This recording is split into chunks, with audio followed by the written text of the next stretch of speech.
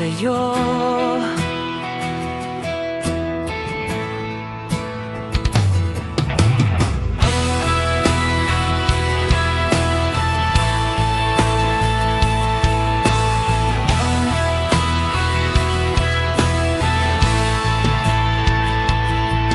Makinig ka sa aking sasabihin, mula sa puso, tapat at totoo. Wala nang iba, ikaw ang tanging hangad. Sa bawat sandali, ikaw ang kasama. Kahit anong pagsubok ang dumating,